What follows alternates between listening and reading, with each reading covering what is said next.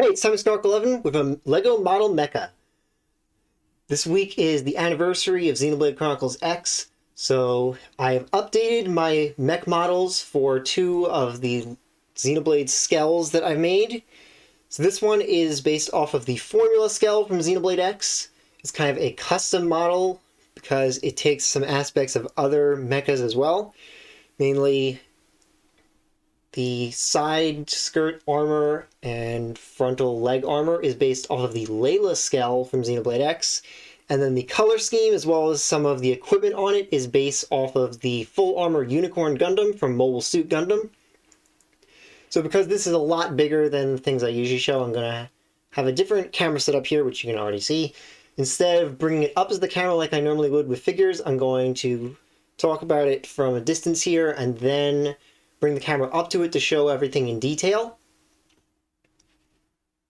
So to start off with, the weapon loadout on this is primarily based off of weapons from Xenoblade X in the game, but there is one weapon based off of the Unicorn Gundam's shields, and that is this shield here, the Gatling shield that it has. So I'll go over the different weapons on it. There's Beam Saber, classic Beam Saber. Beam Rifle based off of the Beam Rifle. Well, B Rifle, but it stands for Beam Rifle. In Xenoblade X, I don't remember all the number code around it because there's different versions of the Beam Rifle and they all have different number codes in the game, which is cool, but makes it very hard to remember what's what. This is an arm-mounted minigun weapon. I also took some liberties with color scheme on some of these to make them fit the color scheme of the mech more instead of using the in-game colors. This is the HB missile weapon. This is also very loaded up with extra weapons that it wouldn't normally be able to equip all at once in the game since you're limited to just 8 weapons in the game. Or technically 10 weapons because of the sidearms. But this has got a lot more than that. This is a chain gun. This is the M Sniper, the Beam Sniper Rifle. I'll take that one off to show it. So this one I made with functionality in it so that it can actually fold out. It's very squeaky when it does that though. But it folds out like it does when you equip it in the game.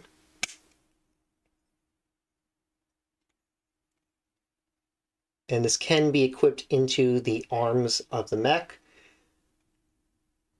The whole thing is pretty poseable, but because it's so big, it's just very difficult to pose.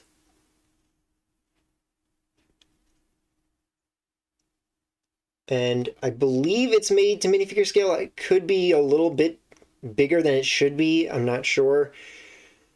But more or less, it's made to minifigure scale from what a Skell is supposed to look like.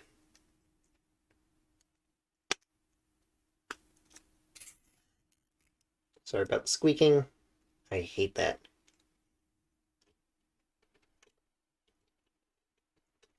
Here is a Beam Gatling.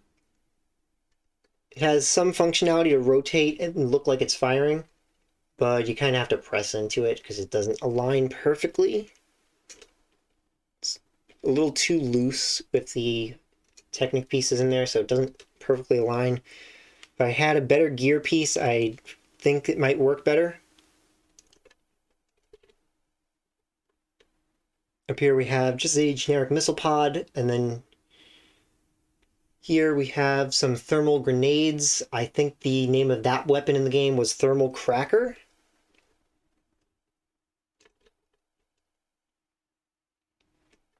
Here we have the back.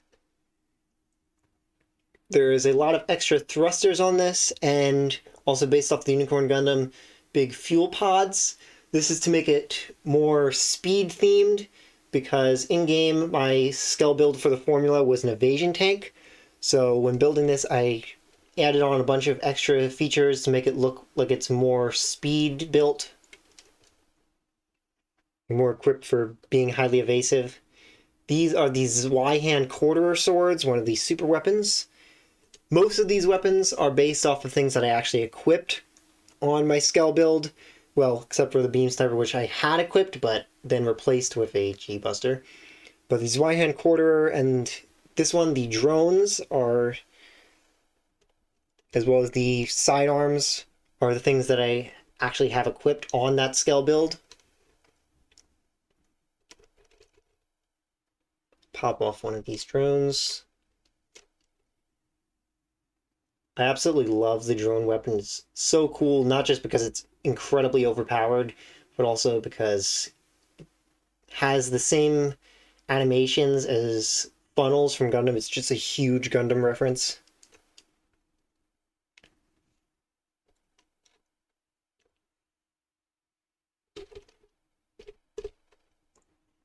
Now I'll show it up closer in detail. So here is the beam rifle. And the arm-mounted minigun. Beam saber. There is a rod piece in there to keep it stable, otherwise this whole thing would just fall apart too easily. So the feet, I had to do quite a bit of work on the feet to get them to actually stabilize, because I wanted to have this claw feet design, but it was really unstable when I first made it. And just took a lot of work to figure out, but I finally figured out something that makes it so that it's really stable footing.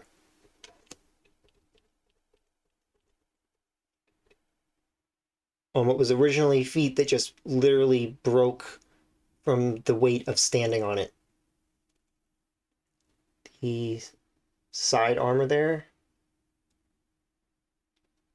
Also, most of this armor is put on top of the frame, so the armor is removable, and theoretically you could I could make more armor for it and put on different armor in place of that.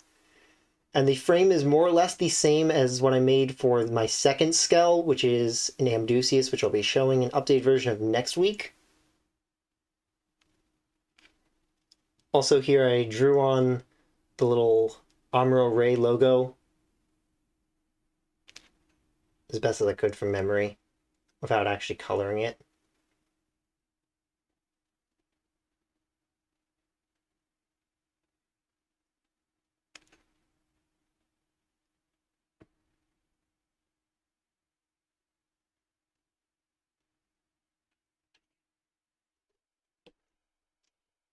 The drones.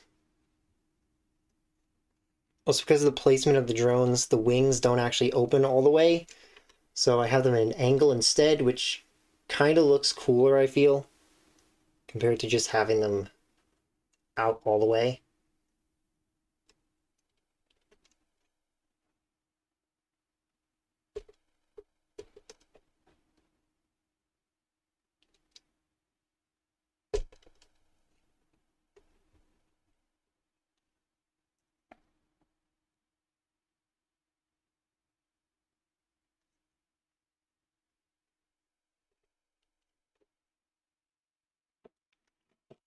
I believe that's everything to show for my Formula Unicorn.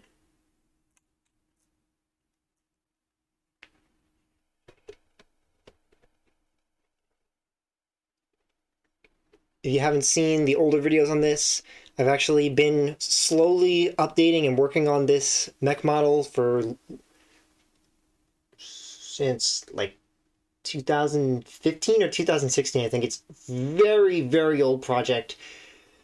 The original build of this, almost none of that even exists anymore.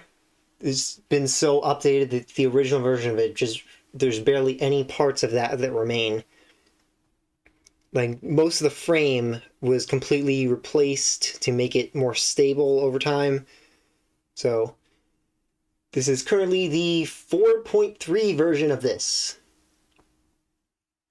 Say 4.3 because the 4.0 version was when this version of the frame was finalized, and then since making that frame, then the feet and various weaponry and stuff was updated. The latest update on this was mostly just adding details with panel lining on it.